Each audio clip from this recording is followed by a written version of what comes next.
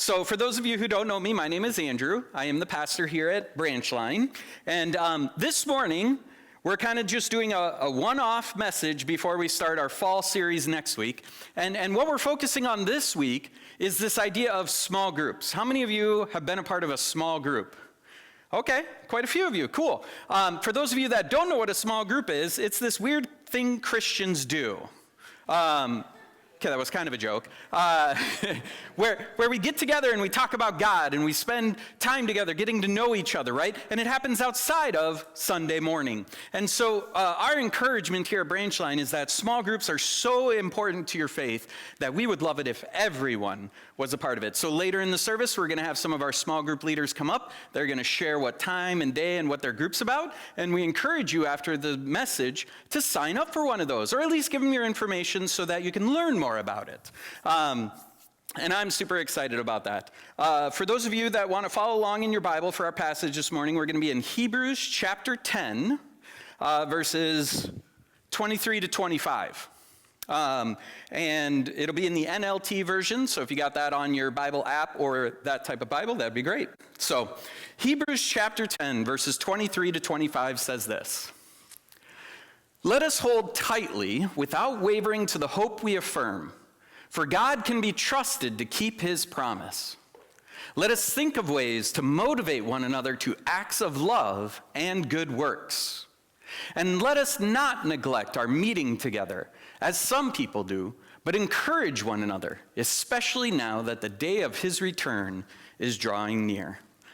Let's pray. Father, we thank you for your Son coming down to this earth and his work on the cross and allowing us to gather here and worship you in song and in learning. And Father, I just pray that as we study this passage out of Hebrews, that you would just sort of open our eyes and our ears and our hearts to the beauty of a smaller community of Christian friends that we can be a part of. How life-giving that is, how necessary it is, Father. And I just pray that you would move us to, if we don't already have those relationships in our life, to sign up for one that can make a life-changing difference. And Father, as we study this passage, please just bring out the beauty of your message and the work that you're doing and all the things that you want us to hear. And we pray these things in Jesus' name, amen. So I wanted to start with a story of my young adulthood where I was a part of my first adult person small group. You know, like you do the small groups as like youth group, right? But you're really just kind of like forced together with people that are in your own grade. Whereas an adult, you get to like choose to be a part of a group, right? You get to kind of choose who you hang out with at these things, right? And so I was attending Eagle Brook Church at the time while I was in seminary up here in the Twin Cities. And I wanted to start a small group, actually. And so I went to their small group evening, and it was like 200 some people in an auditorium, right? And then they had all the small group leaders get up at the very end after like a video and stuff like that, and you kind of said what your group was apart. And I ended up having about 15 people that were interested in joining my group, right? Yeah, like, and it felt very odd because like, how to phrase this the correct way? There's a lot of younger single women that were asking about it. Does that make sense? It almost felt like a little bit like cattle auction-y kind of thing going on, where it was like, and you know, I'm not bad looking, but you know, compared to the other dudes that were up on that stage, I'm just saying, right? So I didn't date anyone in my small group. That is totally improper as a small group leader. Anyway, but of these 15 people, what we would do is I had a studio apartment on Bethel Seminary campus, and so all 15 of us would cram into this studio apartment, and I'd shove my bed to the side of the room, and I'd shove my couch to the side of the room, and then we just sat in a circle on the ground, right? And it was just this really great time and a really great group just because it did something different, right? When you go to church on Sunday morning, you kind of sit and you receive. You sing, we have a message, right? But you're not really getting to know people, are you? No. I mean, if you stick around afterwards and you talk with people, sure, you get to know them a little bit more. But the idea of a small group is like every single week we met for like 1 or 2 hours on a specific night, and we just started getting to know each other and studying the Bible and really developed like a lot of relationships. And so prior to that small group, I had been in the Twin Cities for about a year. I hadn't really made any new friends except for like school friends, but I don't know if you guys know this about like seminary people, but they're a little weird, right? And so like, not me.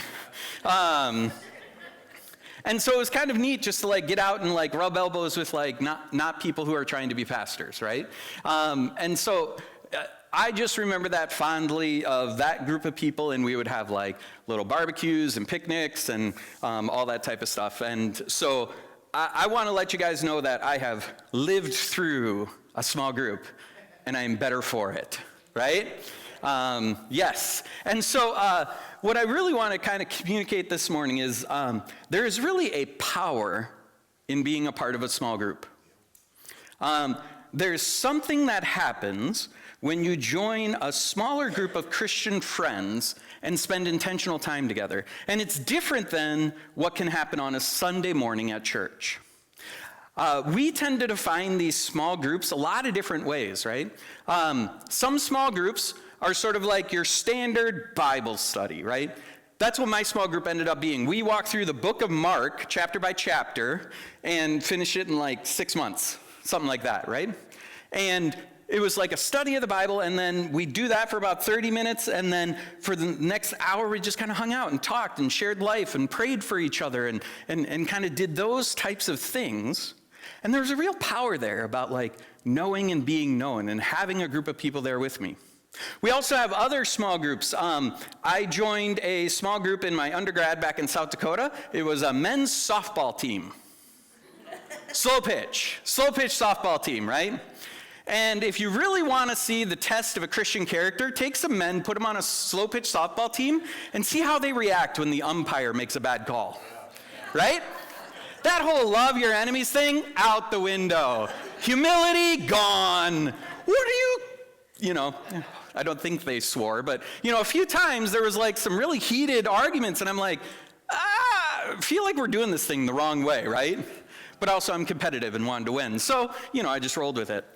So there's these sort of like affinity groups, or we currently have one that's kind of revolving around like Natalie's farm and horses, right? So everyone's got this interest in horses, and then they kind of sit around and talk about that, and it's this really kind of cool little group.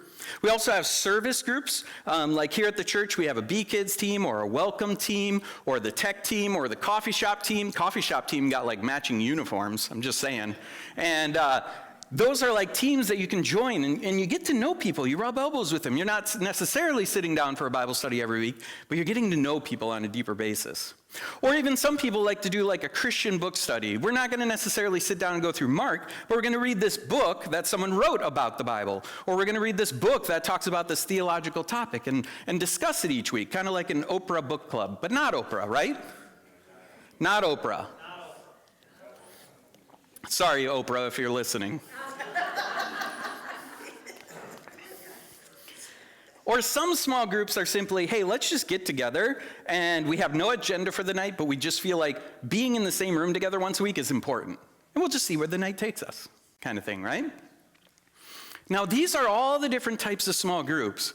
And here at Branchline, we want everyone to sort of have one of those small groups. Like, you could come to Branchline just on Sunday morning, you could partake in what we're doing here, and that's great. And if that's all you want, that's fine. We're not going to like kick you out or anything. But really, if you want to get the most out of your faith, you got to find that group of other Christian friends that you can meet with outside of Sunday morning. There is something qualitatively and powerful about it. And if you get nothing else this morning, it doesn't even have to be like one of our official small groups, but here's what I want you guys to know. Your inner circle of trusted people needs to have some Christian friends. People with the same morals, the same philosophy on life, the same viewpoint on what is important to you. And so when I say that we need this to have some Christian friends, the rest of the message is kind of a why, right? And we'll get into that. But really, I want you guys just to know that this is a very important thing. And if you're looking at that and you're going, do I have that? Then small groups might be for you, right? Or if you're looking at that and you're like, I could use some more. Or maybe my Christian friends recently moved away and we only communicate on Discord over World of Warcraft. Like, is that anyone else here? Yeah, okay, just me. And so, but, in-person interactions are a very powerful thing, guys. And so I want you guys to have at least a few people in your trusted circle of friends that are Christian, that follow after Jesus, and are willing to talk to you about that, and you discuss that, and you pray for each other and care for each other. And so that's what I want you to walk away with today. So the author of Hebrews, here in these few short passages, is really talking about this type of community when he reminds us. And he's really sort of giving a reason of like the functions of that community and what it should do for us. So we're just going to go through those, starting with verse 23, where the author of Hebrews says that being a part of a deep community, being a part of this, is something that helps our hope abound. It helps our hope abound. Let me tell you another story. 3.5 years ago, actually while I was candidating for this church, I was walking down my stairs and I slipped and I fell. Yeah, because our stairs are small and I have big feet. Not because I'm awkward and uncoordinated, right? It's all my house's fault. And so when I fell, we have a wood banister over here, and my left foot, which was in a sock, kind of flew forward, and then the banister kind of went here, between my toes. And then, because I was sliding down the stairs, kind of crumpled these two and kind of like did this thing as I was sliding down the stairs. Cool story, right? Yeah. Now, as I was sitting at the bottom of the steps, feeling like I'm going to throw up, feeling like my foot is both numb and on fire with pain at the same time, right? Yeah, and I was rethinking my life choices, like what am I doing with myself, right? Did I, thinking at the bottom of the steps, I was like, oh man, how am I going to go and pick up my kids, which was what I was getting ready to do. How am I going to, do the things that I need to do around the house? Like, immediately, all the things that this stupid foot now, whatever happened, might stop me from doing, I started to, wonder about how those things were going to get done, right? And so, of course, I ended up breaking those toes, by the way. I had 3 breaks, and it was all gnarly, nasty, and puffy, and yeah, I got some pictures, but I don't know if you want to see that.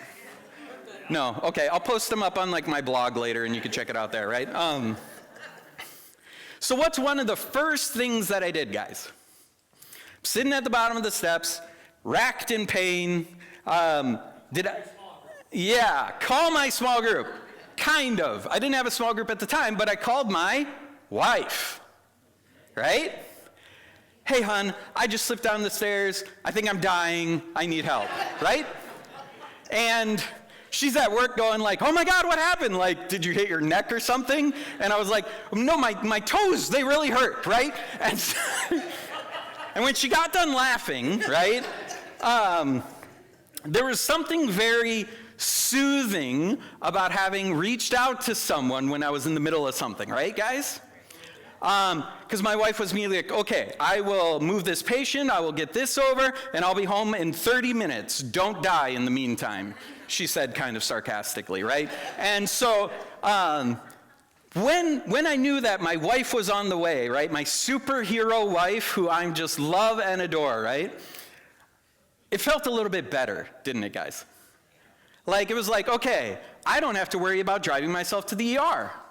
I don't have to worry about taking care of the kids all by myself because I got a partner in life, right?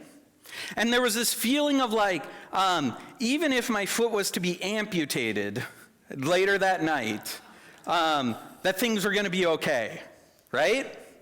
And this is where hope started to abound in me, right? And here's the thing about small groups is when you live life with other people, when you share life and something happens in your life that sort of makes you afraid of the future, sharing that with other people who care about you helps, doesn't it? In fact, it makes us feel more hopeful that we're not just facing things ourselves, but that we got a group of people backing us up. And this is kind of what a small group sort of does. When we're just living life alone and all of the things are on our own shoulders, man, guys, that isolated feeling, that fear of the future that you kind of feel in those situations, It's really tough. But this is why God designed community, not just a wife, but community around us to help pick us up. And when we're isolated, what do we kind of do when we feel afraid about the future? Yeah, we kind of sit, we stew in our own thoughts, right? Like, oh, I'm going to sit here and worry and worry and worry and worry, and then worry some more, right? Yeah. And we get into like circular thinking about stuff. We wrestle with our own thoughts. We only see things a certain way, our own perspective. And what happens is that this fear, and explicitly fear and isolation, destroys hope about the future.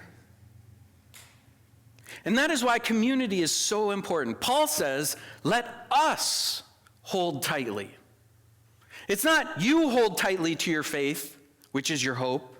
But he says, let us hold tightly, without wavering, to the hope we affirm. Now, why did Paul say that to the early Christian church?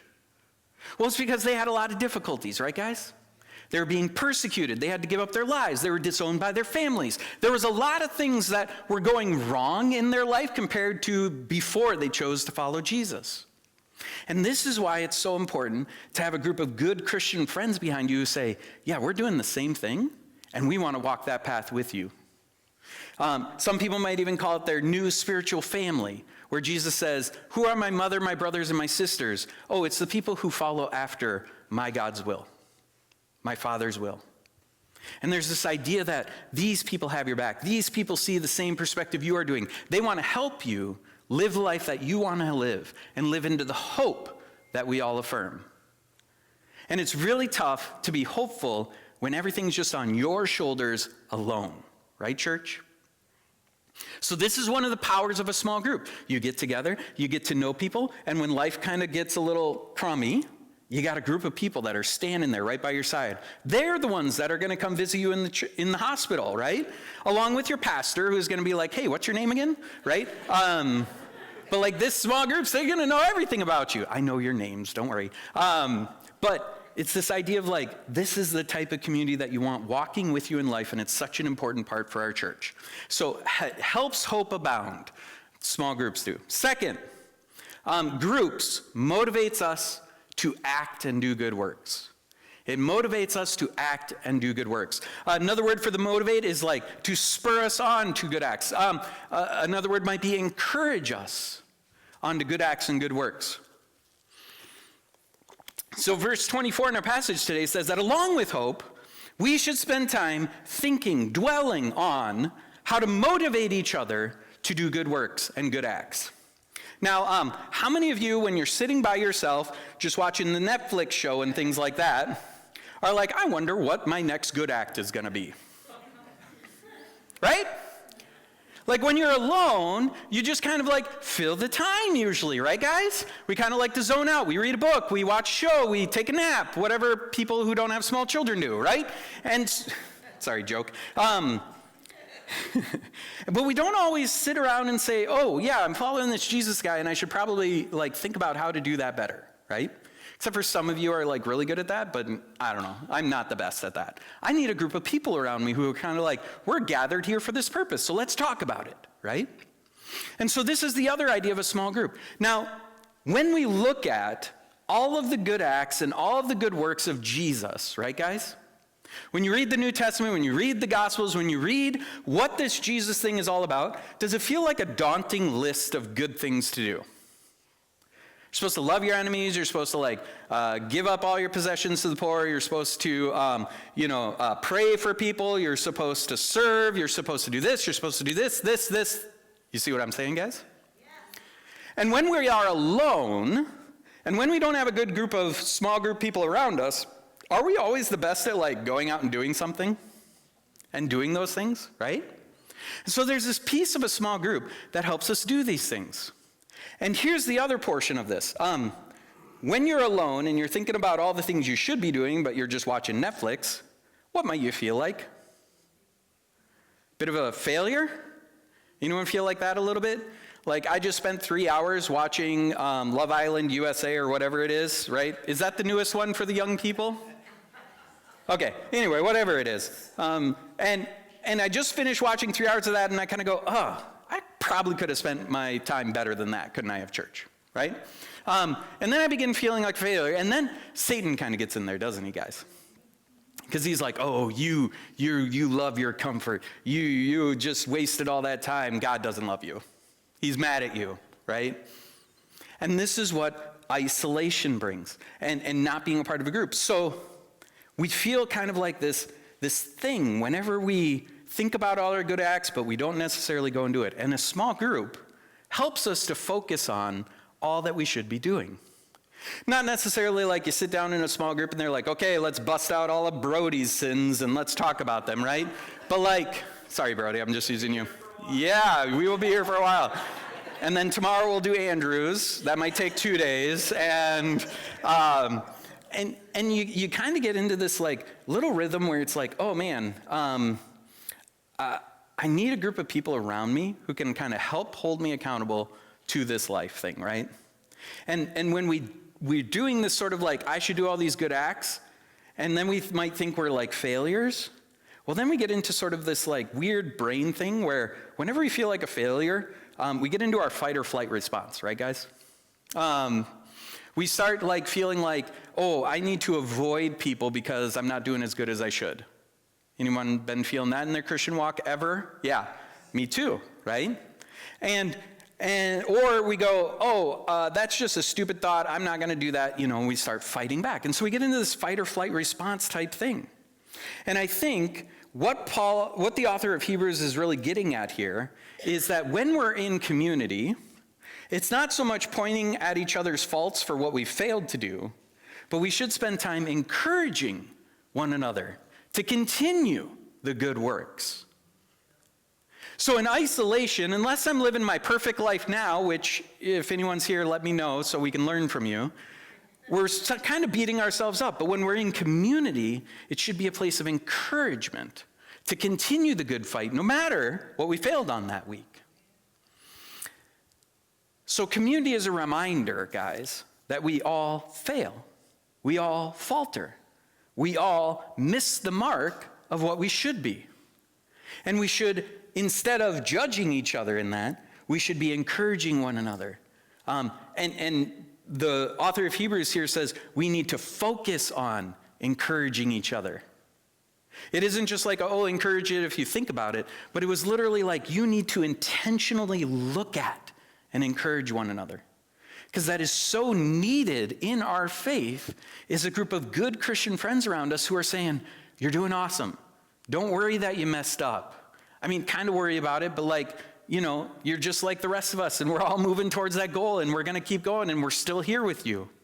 When we're isolated, we beat ourselves up. But if we're in the right kind of community, we should be building each other up as we do this.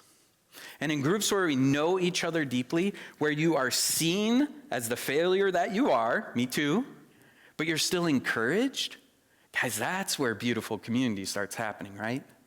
You don't have to put on a fake face. You don't have to be pretending that you're something that you're not. Instead, you've got a group of good Christian friends who see you for who you are, and they love you, and they encourage you.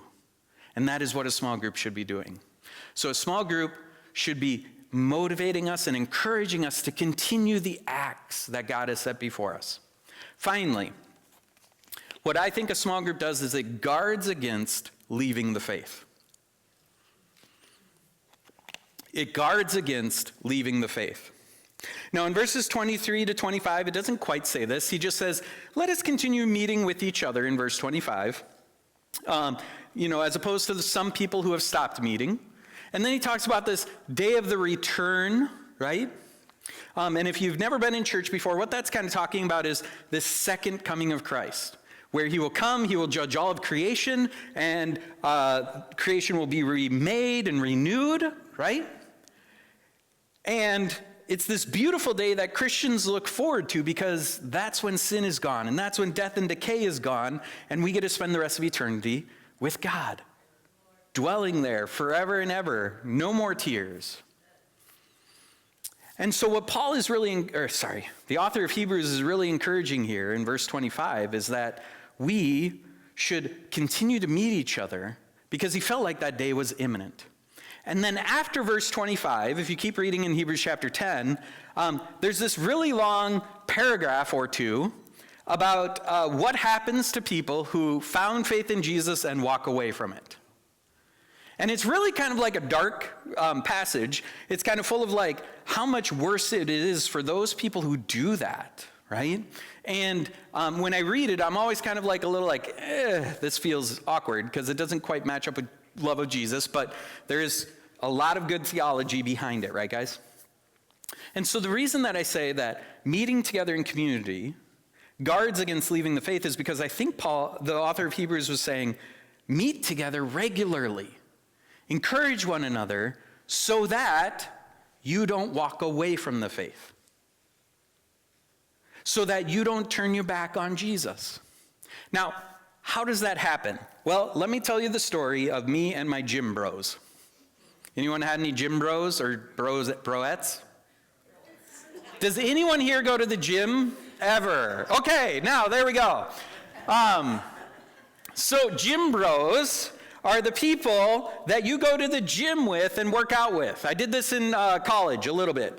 And just to give you, I was a junior in college, and it was me and my buddies after a year and a half of playing World of Warcraft said, maybe we should do something besides that, right? And so we would go, we got gym memberships, and we went, and we would work out like several times a week with each other. Now, how does a gym bro guard against me leaving the faith? Well, when I feel like I don't want to go to the gym, what does my gym bro say? Let's go. No, you're not going to lay here. We committed to this. You need to do this because you want to find a wife, and you're not going to do it getting fat playing World of Warcraft, right? And then when my gym bro didn't want to go, but I wanted to go, what did I say to him, right? Get off your keister. Let's go. And, the same things. And so I was gentle, And so gym bros, they helped each other get to the gym. And then when we were there, we were like, oh yeah, push yourself. Like we were encouraging one another to go further in our workouts. Not just like, oh yeah, lift a dumbbell 5 times and go home, right? It was kind of like, talked about gangs and getting swole. Well, swole wasn't a thing back then, but it is now. And it was like, we spurred one another on. We met together. I was accountable to other people to what we were trying to accomplish, right? Now, have you ever gone to the gym just by yourself? How easy is it to not go to the gym when you don't feel like it? Right. There is something powerful in a group of people who are saying, no, you aren't allowed to quit this thing. We all go through tough days. Let's get going. Let's get moving. I don't want to see you go to the wayside. I don't want to see you give this up. I don't want to see you not be a part of my friend group anymore. And that is the power of a small group. And it was this power that I think the author of Hebrews was saying.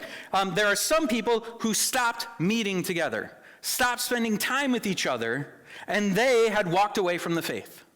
And he does not want them to do that. And the recipe to not walk away from the faith, guys, spend time with other Christians. Hold yourself accountable to that. Drag each other to that group if you need to. And there will be some of those days, especially in winter, unless you're crazy like Alethea and you like the cold, right? And in my small groups and in this gym bro thing, I was accountable to them. They were accountable to being a part of this group too. And it spurred one of us on to actually doing this thing that we set out to do. And that's what small groups help you do. When you're meeting together outside of Sunday morning, every week, spending life with each other, and you want to be a part of that group and you do it, well, guess what, guys? It's very hard to walk away from the faith in the middle of that, right? You're not going to just quit because you don't want to get up early on Sunday morning anymore. And you're not going to quit because there are people there rooting you on, helping hold you accountable, and that's what we need. And, guys, when you invest yourself into something like this, right? When you commit to it and you commit with other people, then there is this desire to sort of be honorable in that, right? Like I want to be a person who follows through when I say to other people, I will commit to this thing with you. And so that's what I think small groups kind of show us. So without further ado, well, a little bit of ado, I would like to invite up our small group leaders who are going to be at the back tables there. So small group leaders, come on up. Yep, you get a talk this morning. I think I told most of you. Except for the ones I didn't, right? All right, and this thing's on. Yep. Okay. I'm just going to mute it for right now. So small group leaders, come on up. You're going to come up on stage. And what I've invited them up here is they're going to introduce themselves, okay? And they're going to introduce sort of when their group meets and sort of what their group is all about so that you can hear from them. This is the auction cattle portion of the small group Sunday, right? Oh yeah, come on over. Yeah, you got to fill up the stage. And what we'll do is after they sort of share together, here's what their groups are and here's when they'll be doing them and invite you to join. They're going to be sitting at the back tables there that we have set up. And so after they share, we're going to invite up the worship team for a final song of worship. And then as we dismiss, I encourage you, go back to those tables. If you're interested in joining a small group this morning, go back, talk with them, see what they're about, check them out, right? And if you feel like possibly joining in that small group, then sign up, give them more information. I don't think anyone has to write their name in blood, correct? That's not a thing yet? That's at the next meeting, okay? But this meeting, nothing in blood, okay? Kool-Aid. Just lots of Kool-Aid, yes. At this one or the next, anyway. And so I'll start with Maya and Josh, and go ahead and just tell us a little bit about yourselves and your group. Yeah. Good morning. I'm Maya, and this is Josh, for those of you who don't know, which is probably most of you because we're kind of shy and awkward. Mm-hmm. But we are going to be leading a group for young, newish adults, people from like post-high school to about the age of 40-ish. Our first meeting will be next Monday on the 15th at 6 o'clock, and it's kind of just a get to know you, kind of see where things go from there. Where is it? Here. Here at the church, yeah. I'm Marty Ward, and I have a group that is meeting on Tuesday mornings from 10 o'clock till about 11:30. I can't really shoo the people out of the house because they really want to talk. And you can meet me back at the table. We do a Bible study with a book, and I'll show you some of those books that we have used. Hey, what time did you say, Marty? 10 o'clock till 11:30. What day? Tuesdays. Hi, I'm John Ward, and I host a Bible study at my home on Wednesday mornings, 8 o'clock to 9:30-ish. And we are also studying the Bible, and we use a lead book for helping us to understand each book of the Bible. And what book are we in now? That's a trick question. Duffy's a good MC. Yep. Yeah. We are in the book of Acts. Hi, I'm Susan Santino, and I will be starting a Bible study for single moms on Tuesdays from 6:30 to 8 p.m., and that will be starting January 13th of next year, and there will be child care. Hi, my name's David Santino. I'm Susan's husband. I am the child care. Yeah. But also Susan and I in January, and the reason is my work schedule is I'll be working nights into December probably. So January we're going to start a couples study. Wednesdays, January 14th. 6:30 to 8. Yes, dear. 6:30 to 8. And we've been through the fire. We were divorced, come to Christ, and remarried, and God does good things. And like I said, we're just there to love on people. Hi, church family. I'm Ashley. Hey, Ashley. Our Bible study meets here at church on Wednesday. We've been known to meet other places, so we're not always locked into that. So it's from 4 o'clock p.m. to 6:30 or 6 o'clock. Don't quote me, please. Refer to the sign. And right now we're studying the parables of Jesus. We're open to starting a new one if we get some new ideas.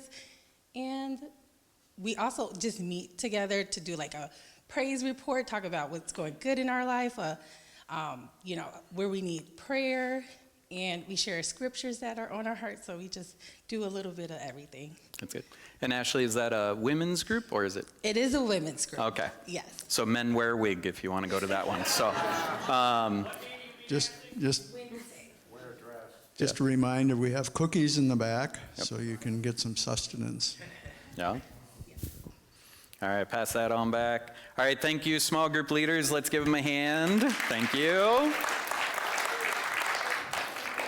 So yeah, following the service is kind of dedicated to talk with them, inquire about their groups. Yep, worship team, come on up. And so we just encourage you, stick around, grab some cookies, talk, see if one of these groups matches what you want to do. And then if you're interested in being a part of a small group but none of the times work for you, let me know and we can maybe see about finding another leader for another night, okay? So don't feel like, oh, if these groups don't work for you, you can't find one. We'll find time and hopefully find a leader to run it. So invite up the worship team. We got one final song for this morning. And then the Spirit team is going to be meeting back towards the prayer wall there. This is a group of people who are ready and willing to pray with you about anything. Also, if you would like just someone to pray over you who has the power of like the gift of, spiritual gift of prophecy or words of wisdom just for God to guide you, feel free to walk over and ask for prayer for that as well, just to see if God might communicate something to you through those people.